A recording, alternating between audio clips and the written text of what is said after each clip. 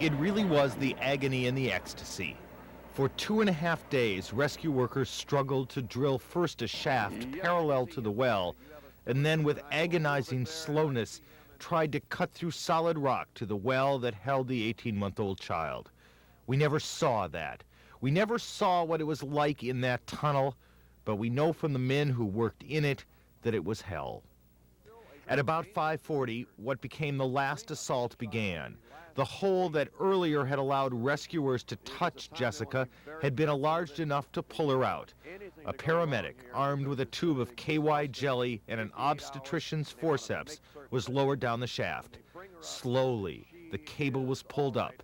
The child's parents waited, and so did we. Here she comes. There's clapping.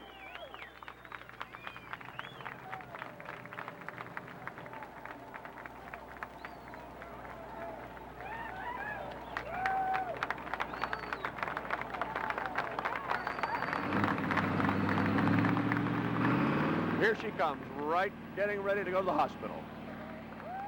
I got KY jelly up in there, and it was just a slow, steady pull. And while she was in this real sticky crud they had, I just had to keep pulling regular, just constant. Once I got to the KY gel, we started making faster progress, 2 inches real quick. In fact, I had to slow up some right at the end to get everything underneath, to get the backboard underneath and ready to put her on it, and she slid right out.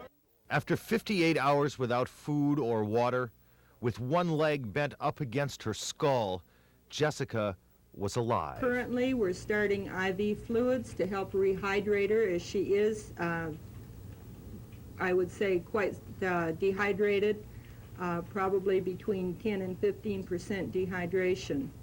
And while there is a possibility she will lose a foot, she will live, and perhaps someday understand all that has happened.